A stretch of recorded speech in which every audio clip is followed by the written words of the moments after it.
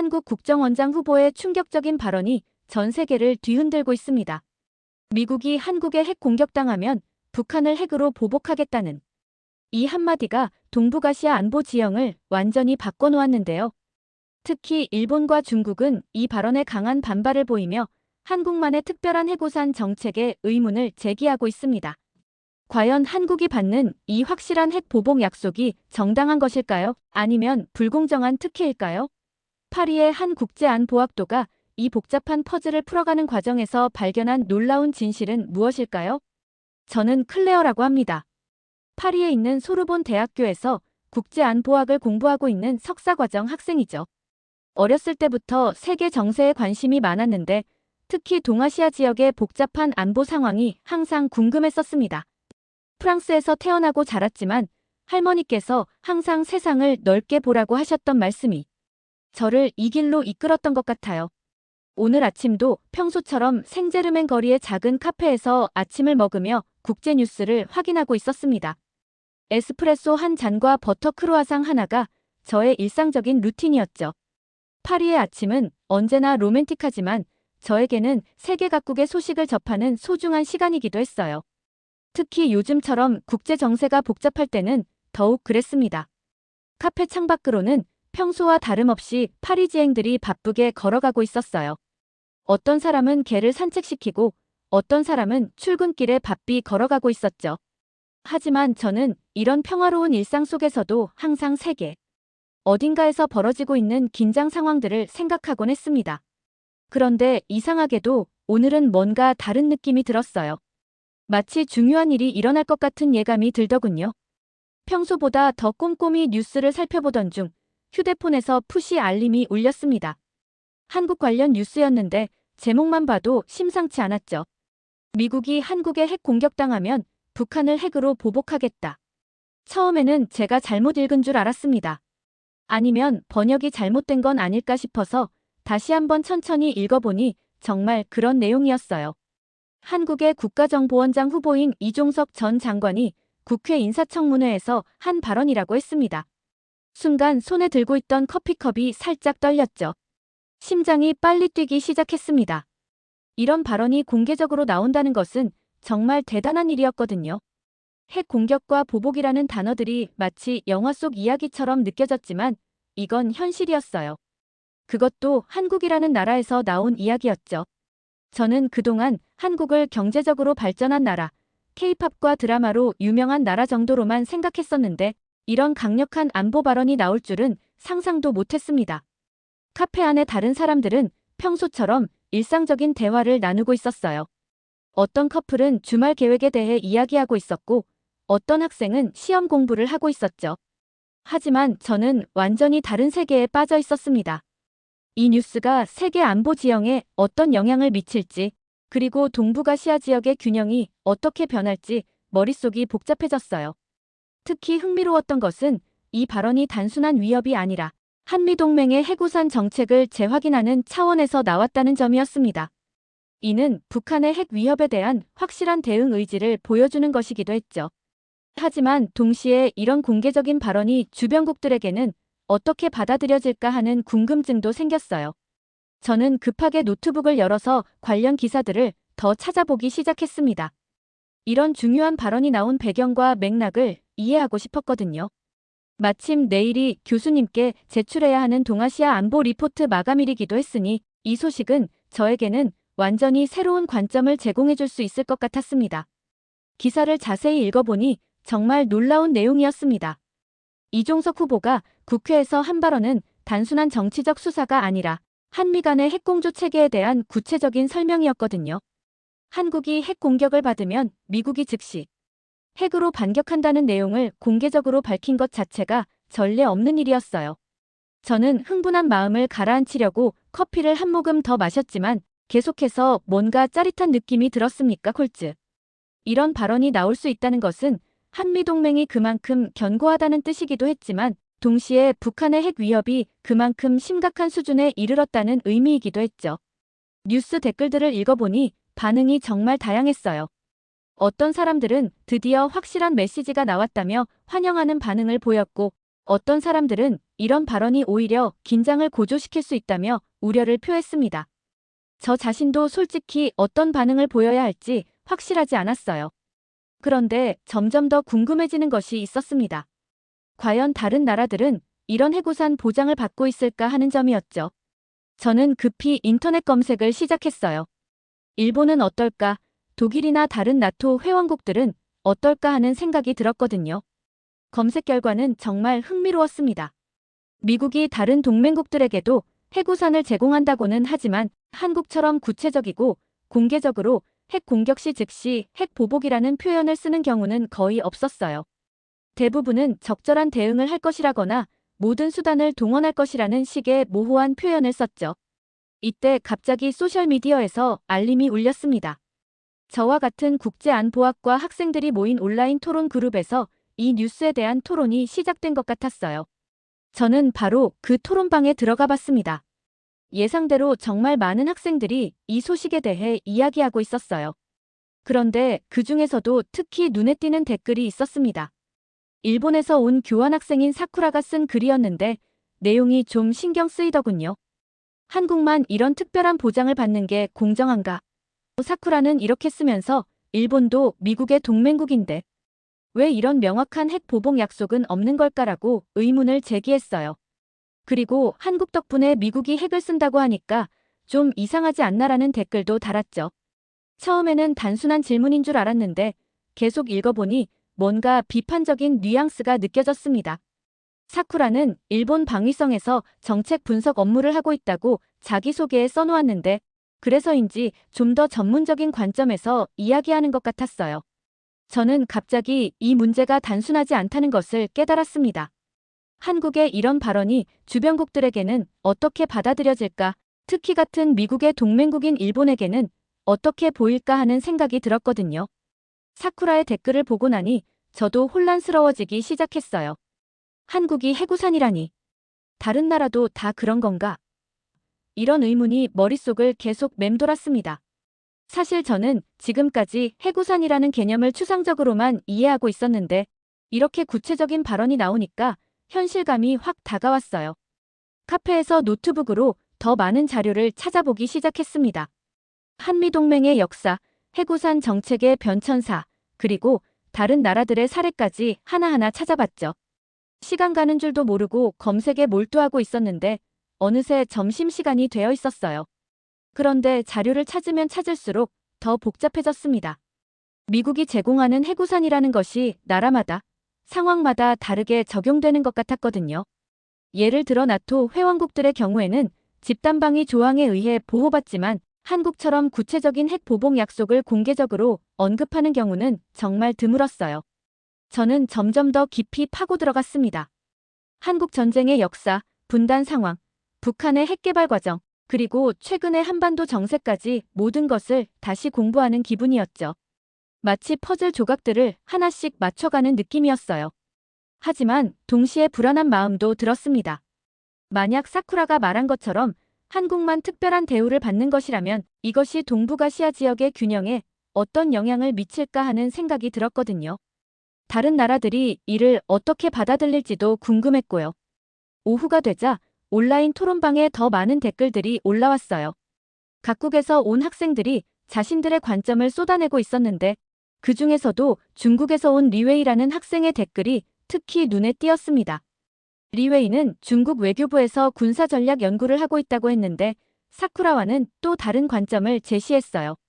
이건 단순히 북한 견제용이 아니라 중국을 겨냥한 전략적 포석이라는 것이었죠.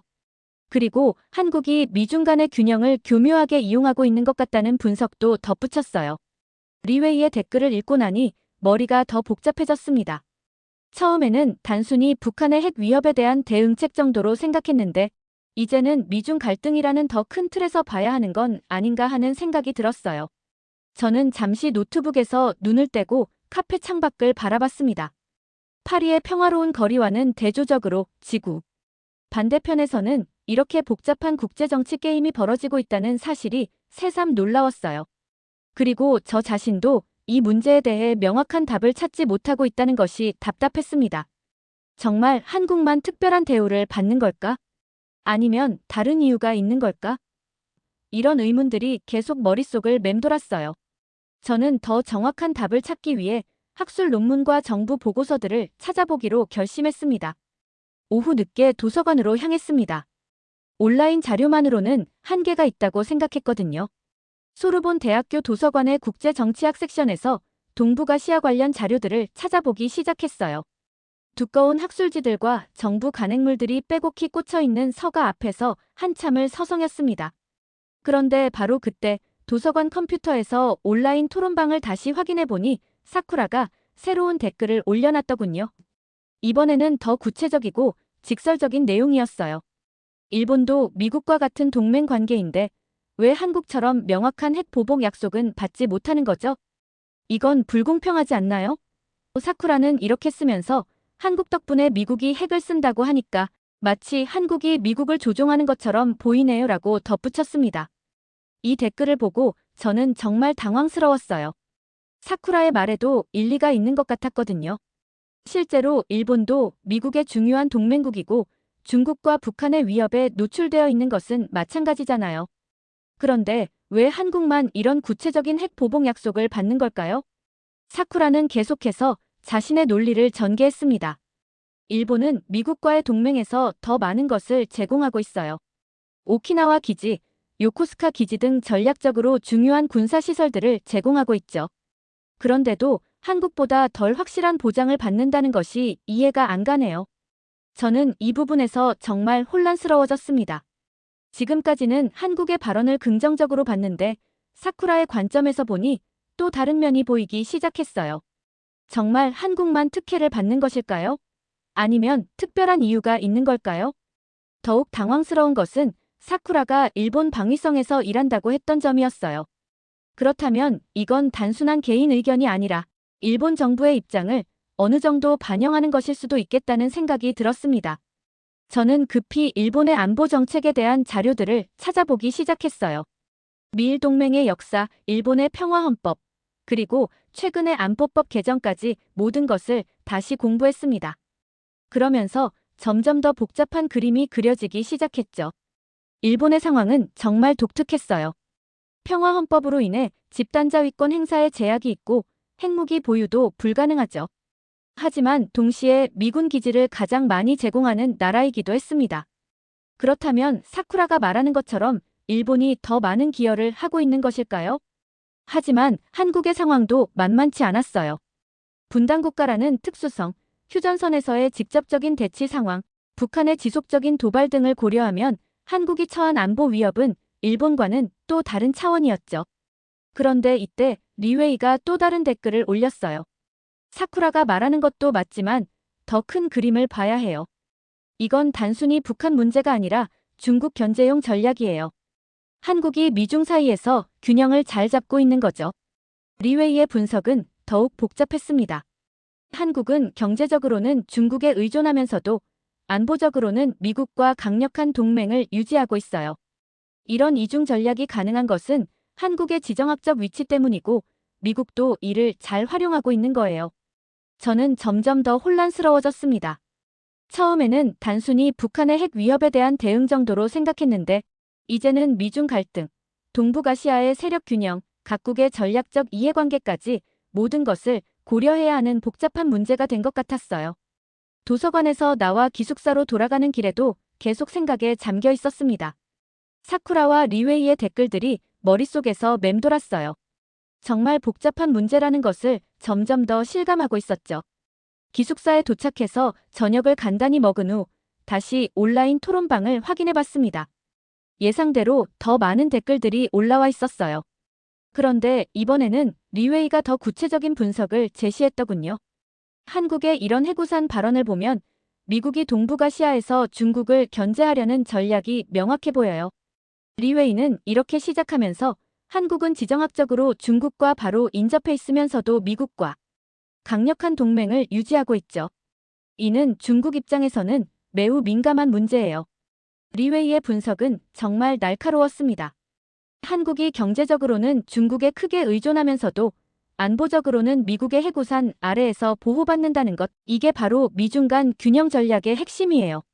한국이 이런 이중 전략을 구사할 수 있는 것은 분단이라는 특수 상황 때문이기도 하고요. 저는 이 분석을 읽으면서 소름이 돋았어요. 정말 그런 건가요? 한국이 미중 사이에서 균형을 잡으며 자신의 이익을 극대화하고 있는 건가요? 그렇다면 이번 해구산 발언도 단순한 북한 견제가 아니라 더 큰 전략의 일환인 건가요? 리웨이는 계속해서 자신의 논리를 펼쳤습니다. 중국 입장에서 보면 한국의 이런 발언은 매우 도발적으로 받아들여질 수 있어요. 미국이 한국을 통해 중국을 압박하려는 것으로 보일 수 있거든요. 특히 사드 배치 문제도 있었고 이번 해구산 발언까지 나오니까 중국으로서는 긴장할 수밖에 없죠. 저는 갑자기 이 문제가 얼마나 복잡한지 깨달았습니다. 한국의 한마디 발언이 동북아시아 전체의 균형에 영향을 미칠 수 있다는 것, 그리고 각국이 서로 다른 관점에서 이를 해석하고 있다는 것이 정말 놀라웠어요. 그런데 이때 사쿠라가 리웨이의 댓글에 대답을 달았어요. 리웨이가 말하는 것도 맞지만 일본 입장에서는 더 복잡해요. 일본은 중국의 위협을 직접적으로 받고 있으면서도 한국만큼 명확한 핵보복 약속은 받지 못하고 있거든요. 사쿠라는 계속해서 일본의 딜레마를 설명했습니다. 일본은 평화헌법 때문에 능동적인 군사행동에 제약이 있어요. 하지만 중국의 군사적 위협은 날로 증가하고 있죠. 센카쿠 열도 문제도 있고 대만 해협 문제도 있고요.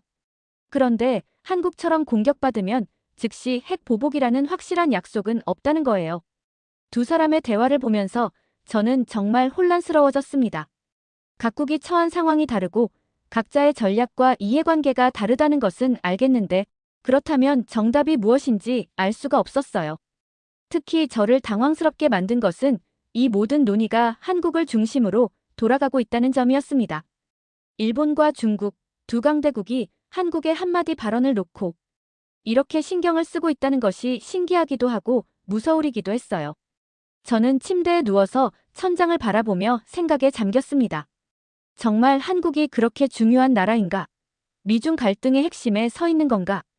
이런 의문들이 계속해서 머릿속을 맴돌았어요.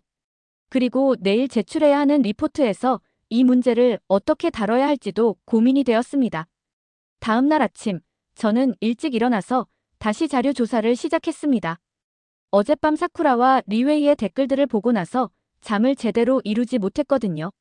정말 복잡한 문제라는 것을 실감하면서도 동시에 더 정확한 답을 찾고 싶다는 욕구가 강해졌어요.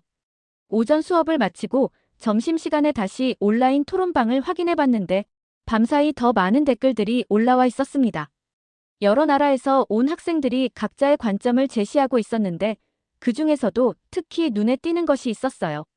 독일에서 온 한스라는 학생이 유럽의 관점에서 이 문제를 분석한 댓글이었습니다. 유럽도 미국의 해구산 아래에 있지만 한국처럼 구체적인 핵 보복 약속을 공개적으로 언급하는 경우는 없어요. 나토의 집단방위 조항이 있지만 이건 좀 더 포괄적이고 모호한 표현이죠. 한스의 댓글을 읽으면서 저는 또 다른 관점을 얻게 되었어요. 유럽도 냉전 시대부터 미국의 해구산에 의존해왔지만 한국만큼 직접적이고 명확한 표현을 쓰지는 않는다는 것이었죠. 그렇다면 정말 한국이 특별한 대우를 받고 있는 건가요? 그런데 이때 리웨이가 더 자세한 분석을 올렸어요. 한국의 상황을 제대로 이해하려면 지정학적 특수성을 봐야 해요. 한국은 중국과 육지로 국경을 접하고 있으면서 동시에 분단국가라는 독특한 위치에 있죠. 이는 다른 어떤 미국 동맹국도 갖지 못한 특성이에요. 리웨이의 분석은 점점 더 깊어졌습니다. 중국 입장에서 보면 한국이 미국의 전진기지 역할을 하고 있는 셈이에요. 사드 미사일 시스템 배치도 그렇고 이번 해구산 발언도 그렇고 모든 것이 중국을 겨냥한 것으로 보일 수 있어요. 특히 한국이 경제적으로는 중국에 크게 의존하면서도 안보적으로는 미국과 밀착하고 있다는 점이 중국으로서는 매우 불편할 수밖에 없죠. 저는 리웨이의 분석을 읽으면서 점점 더 혼란스러워졌습니다. 정말 한국이 미중 갈등의 최전선에 서 있는 건가요? 그렇다면 이번 해구산 발언도 단순한 북한 견제가 아니라 더 큰 전략 게임의 일부인 건가요? 오후에 도서관에 가서 더 많은 자료를 찾아봤습니다. 한중 관계의 역사, 사드 배치 당시의 갈등, 그리고 최근의 미중 무역 전쟁까지 모든 것을 다시 공부했어요. 그러면서 점점 더 복잡한 그림이 그려지기 시작했죠. 한국은 정말 독특한 위치에 있었어요. 경제적으로는 중국이 최대 교역국이면서도 안보적으로는 미국과 철통 같은 동맹을 유지하고 있었죠. 이런 이중 전략이 가능한 것은 분단이라는 특수 상황과 북한의 위협 때문이기도 했고요. 그런데 바로 그때 사쿠라가 또 다른 관점을 제시했어요. 하지만 일본도 비슷한 딜레마에 있어요. 중국과의 경제관계는 중요하지만 안보적으로는 미국에 의존해야 하죠. 센카쿠 열도 문제, 대만 해협 위기 등을 고려하면 일본의 안보 위협도 만만치 않거든요. 사쿠라는 계속해서 일본의 입장을 설명했습니다. 그런데 일본은 평화헌법 때문에 능동적인 군사행동에 제약이 있어요. 집단자위권도 제한적으로만 행사할 수 있고 핵무기 보유도 불가능하죠. 이런 상황에서 한국만 명확한 핵 보복 약속을 받는다는 것이 공정한가 하는 의문이 들어요. 두 사람의 논쟁을 보면서 저는 정말 어려운 문제라는 것을 깨달았습니다. 각국이 처한 상황이 다르고 각자의 제약과 이해관계가 다르다는 것은 알겠는데 그렇다면 누가 옳고 누가 가른지 판단하기가 정말 어려웠어요. 저녁이 되어 기숙사로 돌아가면서도 계속 생각에 잠겨 있었습니다. 내일 교수님께 제출해야 하는 리포트의 결론을 어떻게 써야 할지 정말 막막했어요. 이 복잡한 문제에 대해 명확한 답을 제시할 수 있을까 하는 의구심이 들었습니다. 다음 날 아침, 저는 평소보다 일찍 일어나서 마지막으로 자료를 정리하고 있었습니다. 리포트 마감이 오늘이었거든요. 그런데 아직도 명확한 결론을 내리지 못한 상태였어요. 사쿠라와 리웨이의 상반된 관점들이 머릿속에서 계속 충돌하고 있었죠. 그런데 바로 그때 정말 놀라운 소식을 접하게 되었습니다. 오늘 오후에 파리 국제관계대학원에서 동북아시아 안보 세미나가 열린다는 것이었어요. 그것도 한국의 저명한 안보 전문가가 발표자로 나선다고 했습니다. 발표자는 박진우 박사였는데 한국 국방외교정책연구원의 수석연구원이라고 했어요. 그분이 바로 이번 해구산 발언과 관련된 한국의 전략적 사고에 대해 설명할 예정이라는 것이었죠. 저는 정말 기대가 되었습니다. 드디어 한국 전문가의 직접적인 설명을 들을 수 있는 기회가 온 거니까요. 오후 수업을 마치고 바로 세미나장으로 향했습니다. 예상보다 많은 사람들이 참석했더군요. 각국에서 온 학생들과 연구자들이 가득 찬 강당을 보니 이 문제에 대한 관심이 정말 높다는 것을 실감할 수 있었어요. 박진우 박사가 단상에 올라서자 강당이 조용해졌습니다. 중년의 신사였는데 차분하면서도 카리스마 있는 인상이었어요. 박사는 먼저 청중들을 둘러보더니 이렇게 말문을 열었습니다. 여러분이 궁금해하시는 것은 아마도 이것일 겁니다. 왜 한국만 이런 명확한 핵 보복 약속을 받는가? 이것이 공정한가 하는 점이겠죠. 정말 놀라웠어요. 박진우 박사가 마치 저희들의 마음을 읽은 것처럼 정확히 핵심을 짚어낸 것이었거든요. 저는 앞으로 몸을 기울이며 집중해서 들었습니다. 하지만 이 문제를 제대로 이해하려면 한국이 처한 독특한 지정학적 상황을 먼저 이해해야 합니다. 박진우 박사는 차분한 목소리로 설명을 시작했어요. 한국은 세계에서 유일하게 분단된 채로 정전협정 상태에 있는 국가입니다. 휴전선을 사이에 두고 100만 대군이 대치하고 있죠. 박사의 설명은 정말 설득력이 있었습니다. 더 중요한 것은 북한이 핵무기를 보유하고 있다는 점입니다. 서울까지의 거리가 불과 50km밖에 안 되는 상황에서 북한의 핵 위협은 다른 어떤 나라가 직면한 위협과는 차원이 다릅니다. 저는 이 설명을 들으면서 갑자기 많은 것이 이해되기 시작했어요. 그동안 저는 한국의 상황을 다른 나라들과 단순 비교했었는데 실제로는 완전히 다른 차원의 위협에 노출되어 있었던 거였죠. 한미 핵공조는 이런 극한의 위협 상황에서 나온 필연적 결과입니다. 박진우 박사는 계속해서 설명했어요. 이는 단순한 특혜가 아니라 동북아시아 안보 균형을 유지하기 위한 핵심 축이라고 할 수 있습니다. 그리고 박사는 정말 중요한 포인트를 지적했습니다. 만약 한국이 핵 공격을 당했는데 미국이 확실한 대응을 하지 않는다면 이는 미국의 모든 동맹국들에게 큰 충격을 줄 것입니다. 해구산이라는 개념 자체가 무너지는 거죠. 저는 이 순간 정말 깨달음을 얻었습니다. 한국의 해구산은 한국만을 위한 것이 아니라 미국의 전체 동맹 체계를 지키기 위한 것이기도 했던 거예요. 만약 여기서 신뢰가 무너진다면 일본도 유럽의 나토 국가들도 모두 영향을 받을 수밖에 없었죠. 박진우 박사의 발표가 끝나고 질의응답 시간이 시작되었습니다.